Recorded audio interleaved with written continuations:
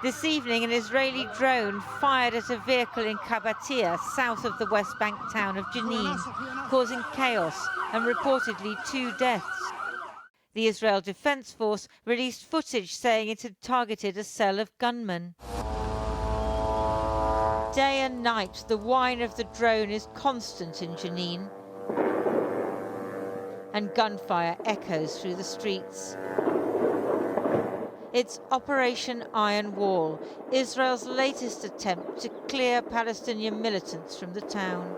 It's just the drone buzzing in the sky, as well as Apache helicopters, and the sounds of explosions and gunfires was just non-stop, as we saw. And then we also saw the Israeli military bulldozing homes inside Jenin refugee camp. So it was a lot of scenes of just smoke and flames of houses. Israeli drones equipped with loudspeakers are telling people to leave Jenin. They're questioning families and detaining people. I don't know where to go. No one here does. There are many people who are willing to take us in, but eventually we want to go back to our houses. Actually, I won't move from here now. I'm waiting for my husband and kids. They took them, and I'll wait till they're out, even if I have to sleep in the street. Friday prayers in Khan Yunis in Gaza. So much destruction. The Israelis started the Jenin operation after agreeing the Gaza ceasefire and freeing up military assets.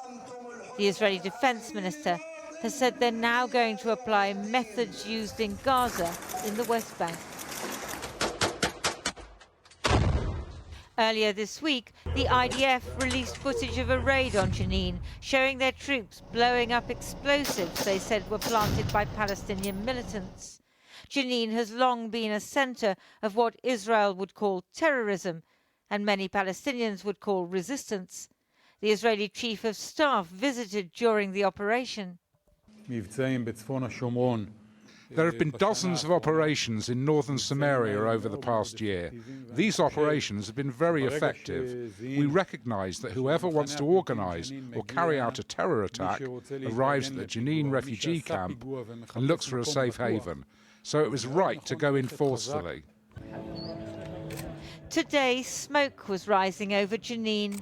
The fact that Israel has mounted so many raids there over the past quarter century brings into question just how effective these operations are. After all, it's an illusion that there's an end to the rainbow. Israeli settlers attacked a West Bank Palestinian village this week, even as President Trump lifted sanctions imposed on some of the most violent settlers by his predecessor. If Israel annexes part of the West Bank, as right-wing ministers have proposed, the new US president is unlikely to object. Cue more Palestinian resistance or terrorism.